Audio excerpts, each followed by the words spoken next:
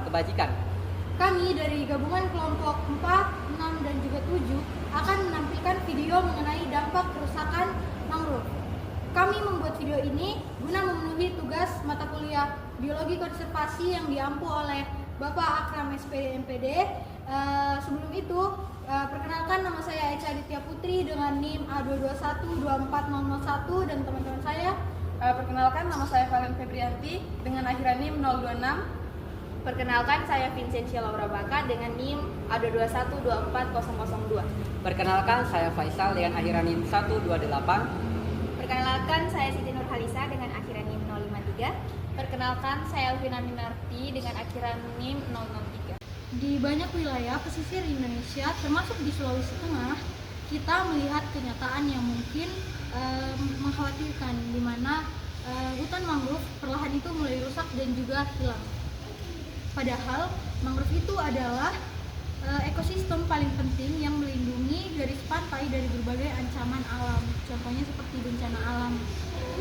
Nah, di video kita kali ini kita akan menjelaskan bagaimana kerusakan mangrove itu terjadi, juga apa saja dampak bagi lingkungan dan juga masyarakat di sekitar tepi atau pesisir pantai, serta mengapa kita juga harus peduli sejak sekarang kepada pertumbuhan mangrove itu sendiri.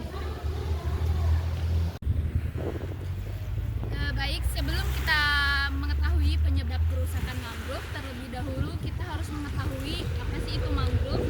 Jadi teman-teman, mangrove itu adalah kelompok tumbuhan yang hidup di daerah pasang surut, terutama di permukaan antara air laut dan sungai.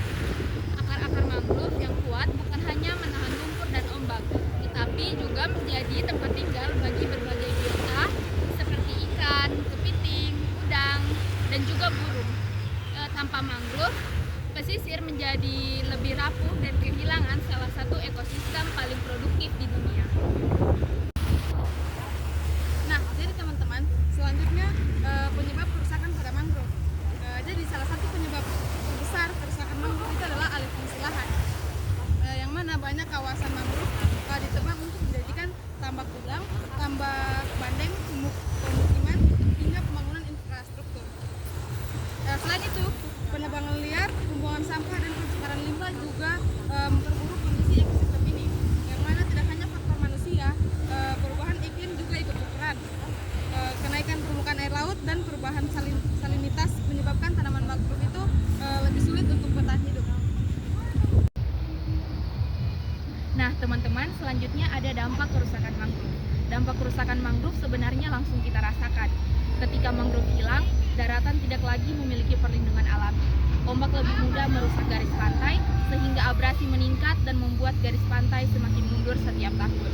Tidak hanya itu, daerah pesisir menjadi lebih rentan mengalami banjir, terutama saat air laut pasang atau terjadi badai. Kerusakan mangrove juga menyebabkan hilangnya habitat bagi ikan dan biota lain, sehingga hasil tangkapan nelayan menurun. Dampaknya tidak hanya berhenti di situ, ekonomi masyarakat pesisir juga ikut terganggu karena banyak orang yang bergantung pada perikanan dan sumber daya dari mangrove. Dengan kata lain, kerusakan mangrove bukan hanya masalah lingkungan, tetapi juga masalah sosial dan ekonomi. Di beberapa daerah di Indonesia, kerusakan mangrove menyebabkan garis pantai mundur puluhan meter hanya dalam beberapa tahun. Rumah warga harus dipindahkan, tambak terendam, dan aktivitas nelayan semakin sulit. Di Sulawesi Tengah juga sudah terlihat beberapa kawasan mangrove yang mulai rusak akibat pembukaan lahan dan pencemaran yang memperlihatkan bahwa ancaman ini sangat nyata. Nah, untuk mengatasi kerusakan mangrove, langkah yang paling penting itu adalah melakukan rehabilitasi dan penanaman kembali. Banyak organisasi, pemerintah, hingga mahasiswa itu sudah melakukan gerakan tersebut guna untuk memulihkan ekosistem mangrove yang sudah rusak.